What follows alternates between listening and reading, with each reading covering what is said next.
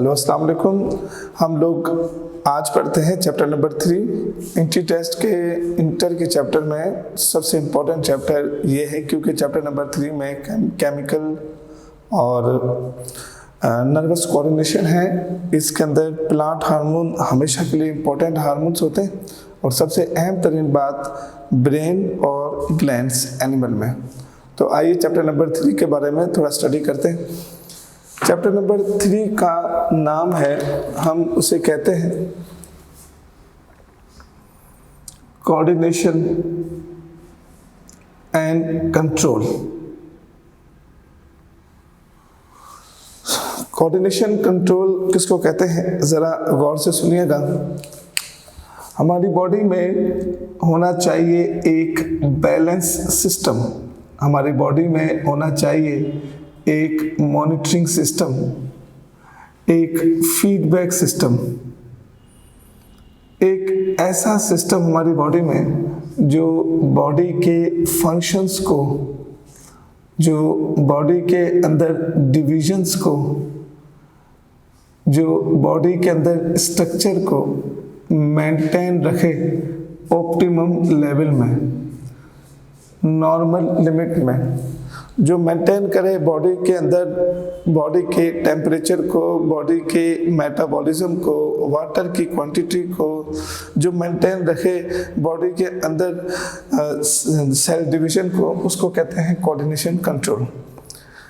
एक सेल, एक tissue, even एक ऑर्गन, इवन एक सिस्टम एक दूसरे से जुड़ा हुआ है, एक दूसरे से कम्युनिकेशन में है।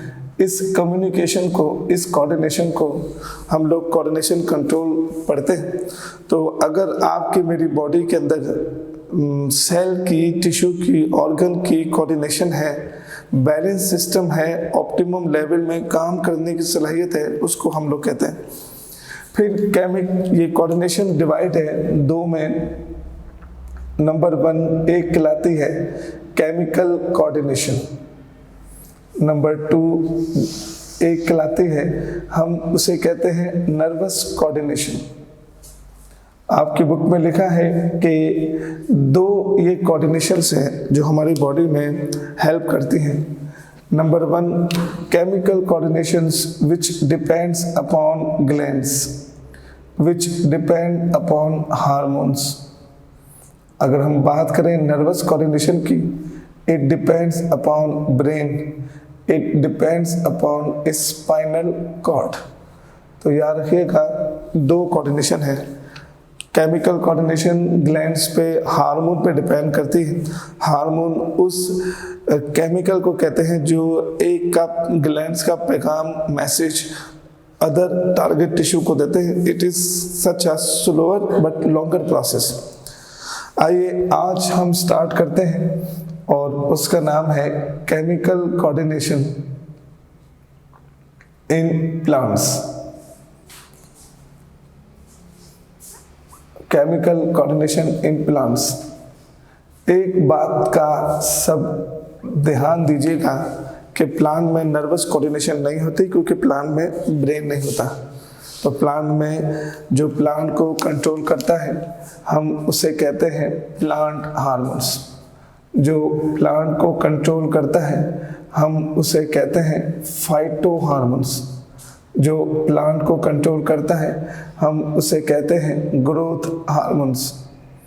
इसका एक और नाम भी है जिसको कहते हैं ग्रोथ रेगुलेटर। तो ये एक ही चीज़ के मल्टीपल नाम हैं, plant hormone, growth hormone, growth regulator.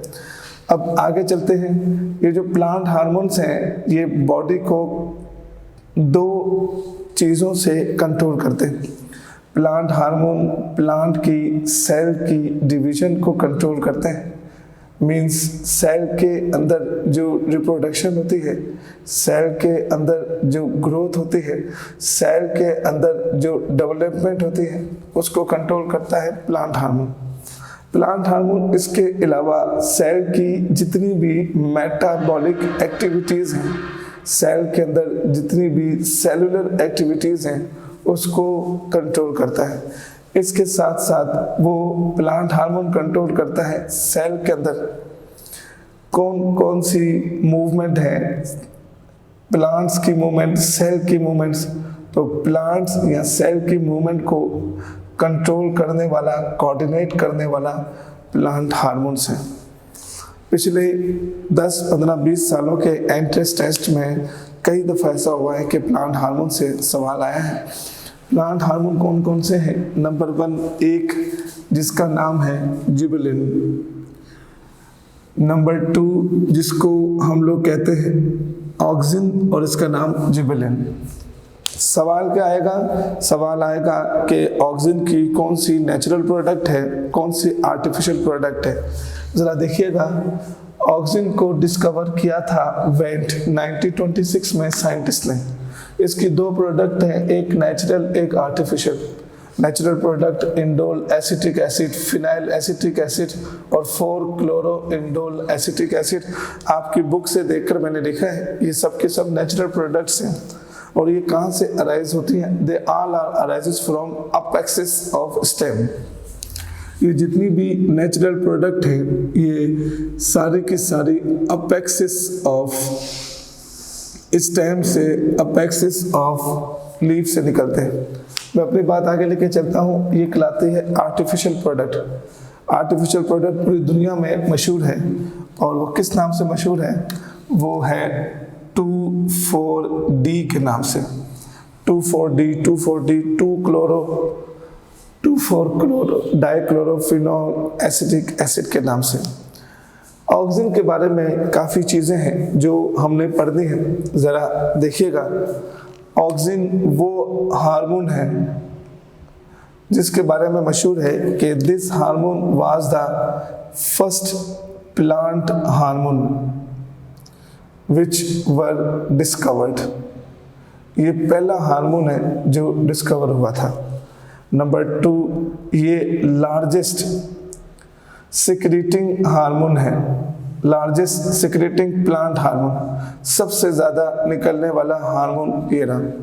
Auxin को कहते हैं it is the major and vitally important phyto hormones. Phyto hormones से मुराद प्लांट हार्मोन्स। सर इतना ज़्यादा ये फंक्शन परफॉर्म करता है, इतनी ज़्यादा तादाद में निकलता है, तो इसका काम क्या है? पहला काम है इसका सेल डिवीजन और क्या है? Cell enlargement. ऑक्सिन क्या करता है? उस जीन को एक्टिवेट करता है जो जीन सेल डिवीजन में हेल्प करे। ऑक्सिन का एक सेल डिवीजन वाला फंक्शन मैं आपको बताता हूँ, ज़रा सुनिएगा। सेल डिवीजन और सेल इनलार्जमेंट किस तरह से होती है? आपकी book chapter number 4 first year में लिखा है कि ये है एक सेल, ये रहा एक सेल।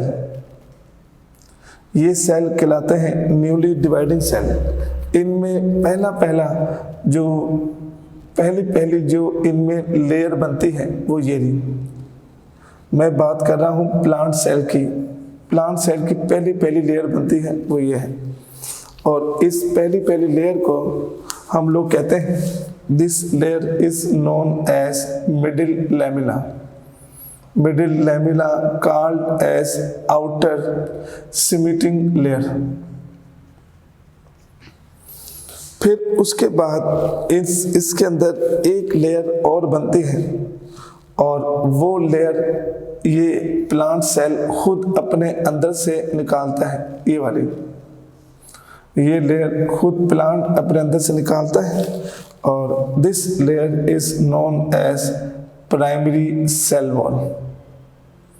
प्राइमरी सेल वॉल वो पहली वॉल है जो प्लांट अपने अंदर निकालता है, और this cell wall is made up by cellulose, pectin और लिग्निन कंपाउंड्स।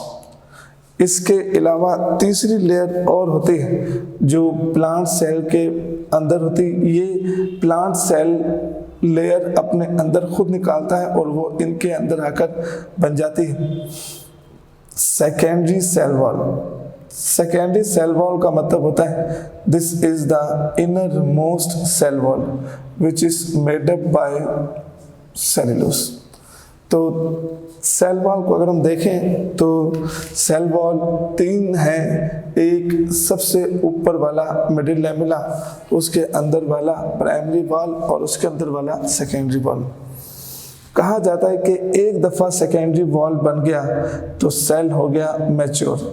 एक दफ़ा सेल मैच्योर हो गया, now cell can not be further divided. अब सेल डिवाइड नहीं होगा क्योंकि सेकेंडरी वॉल बन गई। मगर आपकी बुक ऑक्सिन में सेकंड पैराग्राफ में लिखा है कि अगर इस सूरत में हम ऑक्सिन के साथ अलॉन्ग विथ ऑक्सिन के साथ अगर हम जिबरेलिन्स का इस पे स्प्रे करें तो सेल कैन बी डिवाइडेड, हो सकती है डिवीजन। और क्यों डिवीजन हो सकती है? क्योंकि जिबरेलिन जो है वो सेल वॉल को कर देता है सॉफ्ट, वो सेल वॉल को कर देता है इलास्टिक, ये रहा। और ऑक्सिन उस सेल की डिवीजन में, सेल की रेप्लिकेशन में हेल्प करता है। तो it is the one of the important function of cell division. फिर नंबर 2 एक और भी है इसके फंक्शन में, पार्थिनोकार्पी। पार्थिनोकार्पी का मतलब होता है it is production of fruit without going to be fertilization. बगैर फर्टिलाइजेशन के फ्रूट बन जाए उसको हम पार्थिनोकार्पी कहते हैं। पार्थिन का मतलब virgin, कार्पी mean fruit. This is the type of A sexual reproduction. और इसमें जो फ्रूट बनता है वो सीडलेस फ्रूट होता है जिसमें पाइनएप्पल, बनाना वगैरह आता है। फिर अगर हम बात करें इनिशिएशन ऑफ रूट्स, तो इनिशिएशन ऑफ रूट्स में ऑक्सिन के बारे में कहा जाता है कि ये हेल्प करता है टू द फॉर्मेशन ऑफ, ये हेल्प करता है to the production of adventitious root. Adventitious root सबसे पहले देखी गई थी लाइकोप्सीडा में, ट्रैकियोफाइट्स में। एडवेंटिशियस रूट ब्रांच होती है और उनमें रूट हेयर्स होता है। ये हम ऑक्सिन के फंक्शन पढ़े हैं। पहला पढ़ा हमने ऑक्सिन का सेल डिवीजन का फंक्शन, दूसरा पढ़ा हमने पार्थिनोकार्पी का, तीसरा पढ़ा इनिशिएशन ऑफ रूट का। फिर ग्रोथ एंड फ्रूट में जस्ट आपको एक आइडिया देता हूँ कि नंबर 3 है ऑक्सिन का function, growth of fruits. Fruits की ग्रोथ कैसे होती है? एक्चुअली फ्रूट को अगर हम डिवाइड करें तो फ्रूट का 3 हिस्से बनते हैं। एक ऊपर वाले हिस्से को हम लोग कहते हैं एपिकार्प, इसका नाम कहलाता है मेसोकार्प, और इसका नाम कहलाता है एंडोकार्प, और उसके अंदर होता है सीड।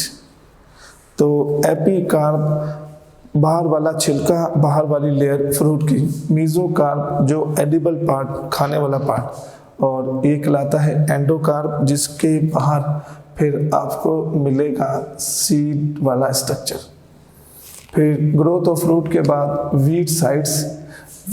वीट साइड्स अगर हम एक्टिविटी की बात करते हैं तो आपको मालूम है कि weeds are the highly infectious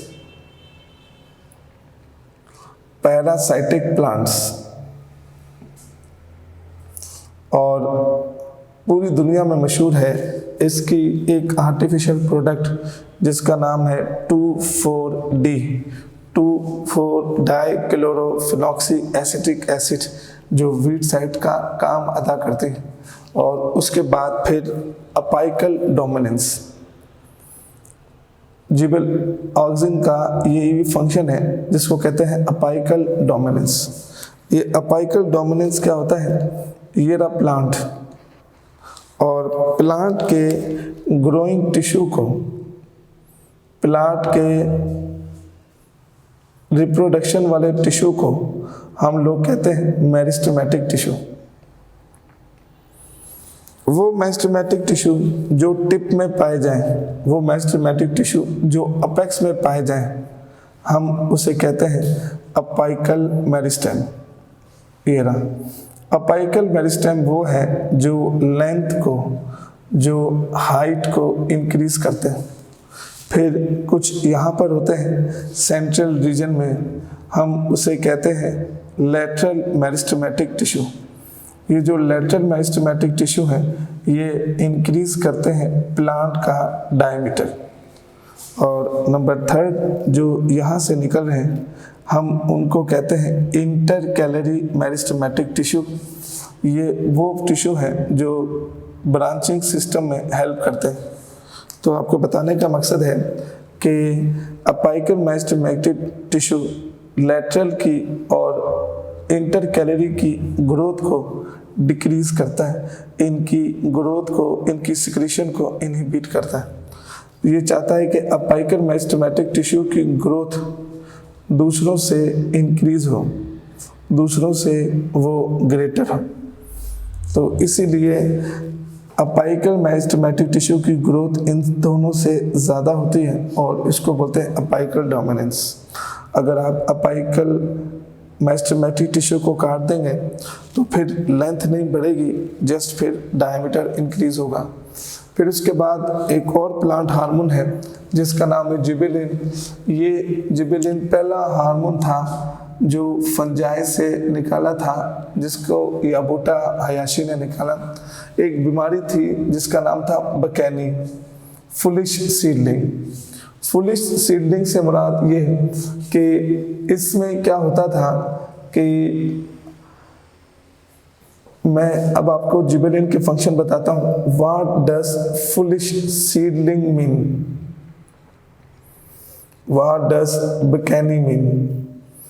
एक ऐसी राइस के सीडलिंग की बीमारी जिसमें अगर आप राइस की फसल उगाएं, ये देखिएगा, ये राइस का प्लांट अपने वक्त पर बड़ा हुआ, ये देखिएगा, ये राइस का प्लांट अपने वक्त पे बड़ा हुआ।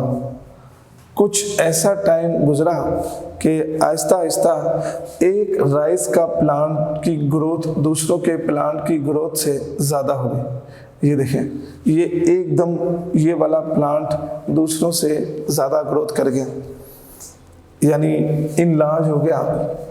थोड़े ही दिनों बाद ये उतनी जल्दी मर भी गया, ये देखिएगा, उतनी जल्दी ये ख़त्म भी हो गया। जितनी जल्दी ये बड़ा हुआ उतनी जल्दी फॉल डाउन हो गया। जब इसको रिसर्च की तो पता चला कि इसकी रूट्स में फंजाई थे जिन्होंने सेल की डिवीज़न और सेल की रैपिड ग्रोथ में हिस्सा लिया, और जितनी जल्दी ये बढ़ा उतनी जल्दी ये जाकर मर गया। तो इसको कहते हैं फुलिश सीडलिंग। याबूता हयाशी ने ये डिस्कवर किया था, जापानीज साइंटिस्ट ने। तो अगर हम देखें तो जिबेलिन का फंक्शन है कि ये सेल डिवीज़न और सेल एनलार्जमेंट में हेल्प करता है। ये कन्वर्ट करता है एंडोस्पर्मिक स्टार्च को माल्टोस में। ये एंडोस्पर्मिक स्टार्च और ये माल्टोस क्या है, इसके लिए हमें फिर पढ़ना पड़ेगा, जिसको हम लोग कहते हैं सीड। सीड का मतलब होता है, सीड का मतलब है फर्टिलाइज्ड ओव्यूल। सीड में दो चीजें होती हैं, एक टेस्टा, एक tegmen. This both are called as seed coat. यहां पर सीड का एम्ब्रियो होता है, ये रहा, जहाँ से पूरा का पूरा प्लांट बढ़ेगा, और यहाँ पर सीड का खाना होता है, ये रहा, और इसे हम लोग कहते हैं एंडोस्पर्म। एंडोस्पर्म के अंदर होता है स्टार्च, जिसको अमाइलेज एंजाइम कन्वर्ट करता है अमाइलोस में, और वो फिर एम्ब्रियो के लिए न्यूट्रिशन और फूड का काम अंजाम देता है। और इसके अलावा बर्ड स्प्राउटिंग, याद रखिएगा, बर्ड स्प्राउट होकर ब्रांच बनाती हैं और नोड मैच्योर होकर लीफ बनाती हैं। और आपको मालूम है, अभी हमने पढ़ा parthenocarpy, this is the one of the type of asexual reproduction. फिर इसके बाद एब्सिसिक एसिड, बाकी सारे ग्रोथ हार्मोन हैं, ये ग्रोथ इनहिबिटर है, बाकी सारे ग्रोथ इंक्रीज करते हैं। ये प्लांट की डिवीजन को, ये प्लांट की ग्रोथ को इंक्रीज करने की बजाय डिक्रीज करता है, इंक्रीज करने की बजाय ये स्टॉप करता है। और ये निकलता है ड्यूरिंग अनफेवरेबल कंडीशन में, ये निकलता है ड्यूरिंग ड्राउट कंडीशन में। जब हॉट या समर की या ड्राउट इन्वायरमेंट डेवलप हो जाए और प्लांट का सरवाइव करना मुश्किल हो, तो एब्सिसिक एसिड प्लांट के अंदर जो लीफ होते हैं उनमें पहला काम ये करता है, they decrease the number of stomata, they decrease the size of stomata, या फिर स्टोमेटा को वो क्या कर देगा, क्लोज कर देगा। या दूसरे लफ्ज़ों में आप कह सकते हैं कि लीफ का जो प्राइमोर्डिया है, लीफ का जो मार्जिन है, उनको ये कॉइल कर देगा। और इसी से ना हुआ तो leaf become shedding of, leaf become falling of. तो ये शेडिंग ऑफ और फॉलिंग ऑफ लीफ में हेल्प करता है। क्यों हेल्प करता है? ताकि सरफेस एरिया डिक्रीज हो जाए और वाटर कम लॉस हो। अगर हम बात करें इथीन की, तो इथीन वो वाहिद हार्मोन है जो निकलता है गैसियस फॉर्म में। इथीन वो वाहिद हार्मोन है जो निकलता है अपाइकल मेरिस्टेमेटिक टिश्यू में।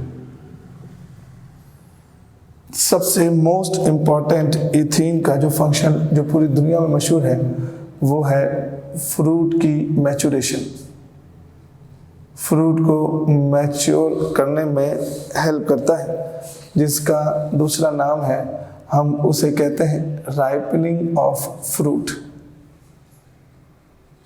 इथीन का फंक्शन में एक ये फंक्शन भी है कि इथीन क्या करता है, ये जो फ्रूट के बाहर पेरिकार्प है, इस पेरिकार्प के अंदर उन एंजाइम्स को प्रोमोट करेगा, पेरिकार्प के अंदर उन एंजाइम्स को वो इंक्रीज करेगा जो एंजाइम क्लोरोप्लास्ट की वॉल को डिस्ट्रॉय करते हैं। मीन्स क्लोरोप्लास्ट की परमेबिलिटी में ये हेल्प करता है। अब आप मुझे बताएं, येलो कलर, आप मुझे बताइएगा येलो कलर या ब्राउन कलर या ऑरेंज कलर जो है वो क्लोरोप्लास्ट से निकलकर पूरे एंडोकार्प में स्प्रेड आउट हो जाएगा। अब वो जो ग्रीन कलर का आम था वो इस इथीन की केमिकल के छिड़काव से वो येलो कलर के आम में कन्वर्ट हो जाता है और वो येलो कलर पूरे के पूरे एंडोकार्प में फैल जाता है एंड दे लुक्स के ये जो फ्रूट है ये क्या हो चुका है, मैच्योर। तो इथीन का सबसे ज़बरदस्त काम यह है कि इथीन फ्रूट की मैच्योरेशन में हेल्प करता है। फिर उसके बाद साइटोकाइनिन, साइटोकाइनिन कहा जाता है कि वो ऑक्सीजन के बगैर काम नहीं करता। जीटीन काइनेटिन इसकी प्रोडक्ट का नाम है, इसका फंक्शन है सेल डिवीजन, डिलेड सेंसिस, वो लीफ को ओल्ड होने से बचाता है, फ्रूट की डेवलपमेंट और डोरमेंसी ब्रेक करने में हेल्प करता है। डोरमेंसी किसको कहते हैं? आपने सीड को सॉइल के अंदर उगाया, इस चीज को हम लोग कहते हैं फिर वो सीड से आगे एक पूरा का पूरा प्लांट बन गया। ये रहा। एक्चुअली इसको कहते हैं प्लोइंग ऑफ सीड और इसको कहते हैं जर्मिनेशन ऑफ सीड। तो प्लो से लेके जर्मिनेशन तक के पीरियड का नाम है सीड डोर्मेंसी। इसके अलावा साइटोकाइनिन की एक बात और मशहूर है कि साइटोकाइनिन आपको नेचुरल तौर पर कहाँ से मिलेगा? नेचुरली तौर पर साइटोकाइनिन मिलेगा आपको hearing sperm of DNA. Hearing sperm के अंदर जो डीएनए है उसके अंदर ये साइटोकाइनिन बनाने वाली जीन है। और नेचुरल तौर पर कहाँ मिलेगा? कुछ ईस्ट में, ईस्ट की सेल वॉल में।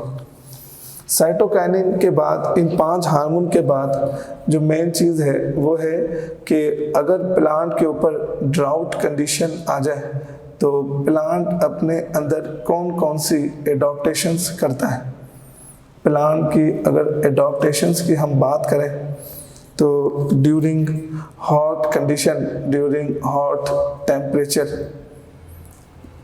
ड्यूरिंग हॉट इन्वायरमेंट, या आप कह सकते हैं ड्यूरिंग ड्राउट इन्वायरमेंट, प्लांट अपने अंदर एक तरह से एडॉप्टेशन करते हैं। स्टेम की एडॉप्टेशन, स्टेम मीन्स स्टेम के अंदर सेल होते हैं पैरेन्काइमल टिश्यू, वो अपने अंदर स्टोर करते हैं मिनरल्स, वाटर। फिर रूट्स की एडॉप्टेशन, ज़्यादा से ज़्यादा वर्टिकल ब्रांच, ज़्यादा से ज़्यादा हॉरिजॉन्टल ब्रांच हो रूट्स की, ताकि एब्जॉर्प्शन में हेल्प करें। फिर उसके बाद लीफ की एडॉप्टेशन है कि लीफ कन्वर्ट इनटू स्पाइन। और ड्राउट कंडीशन अगर आपने पढ़नी है तो उसका बेहतरीन ज़ीरोफाइट प्लांट है। फिर अगर बिलफर्स बाहर हो जाता है कोल्ड टेम्परेचर, ये हमने चैप्टर नंबर 1 में पढ़ा था। कोल्ड टेम्परेचर जब हो जाए तो प्लांट अपने सेल वॉल और सेल मेम्ब्रेन के अंदर ट्रांसपोर्ट को मॉडिफाइड कर देता है, ट्रांसपोर्ट ऑफ दोस आयंस जो क्रिस्टल बन जाए। प्लांट अपने अंदर इंक्रीज कर लेता है अनसैचुरेटेड फैटी एसिड। ये अनसैचुरेटेड फैटी एसिड वो हैं जो प्लांट के साइटोप्लाज्म को लिक्विफाई रखते हैं। फिर कोल्ड टेम्परेचर में ये इंक्रीज कर देते हैं fructants. Fructants is the ice crystal form of fructose. Cold temperature के बाद अगर ऑक्सीजन की डिफिशिएंसी है तो इनमें कुछ रूट्स होती हैं जिनको एयर ट्यूब रूट्स कहते हैं, जिनको हम एरियल रूट्स कहते हैं। ये रूट्स सॉइल से ऊपर आ जाती हैं और इनमें नीमाटोफोर एयर के छोटे छोटे चैम्बर्स होते हैं जहाँ से ये ऑक्सीजन को एब्जॉर्ब करते हैं। नंबर 4, फिर what about during hot temperature. और अगर हॉट टेम्परेचर होगा तो चैप्टर नंबर 1 में लिखा है दे इंक्रीज, ये अपने अंदर हीट शॉक प्रोटीन बना लेती हैं। और वो कब बनाती हैं? जब 40 डिग्री से ज़्यादा टेम्परेचर हो, क्योंकि वो heat shock protein long peptide chain पे मुश्तमिल होती है और वो एक्सेसिव अमाउंट ऑफ हीट को अपने अंदर एब्जॉर्ब कर लेता है। इसके अलावा अगर ज़्यादा साल्टी सॉइल है तो आपसे ज़्यादा कौन जानता होगा, हमने पढ़ा हेलोफाइट्स के ये 3 स्टेज होते हैं। सबसे पहले सारी की सारी साल्ट जो सॉइल में है उसको एब्जॉर्ब कर लेते हैं, सारी की सारी सॉइल को एब्जॉर्ब कर लेते हैं। फिर जहाँ तक इनकी रेंज है, जहाँ तक इनका रेडियस है, फिर उसके पीछे पीछे वाटर ऑस्मोसिस करता हुआ आता है फ्रॉम सॉइल टू रूट्स।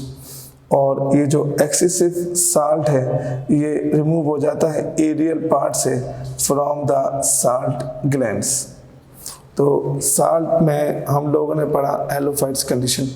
तो ये सारे के सारे प्लांट के हार्मोन्स हैं। इन प्लांट के हार्मोन्स के फंक्शंस अहम हैं, आपने इनके फंक्शन याद करने हैं।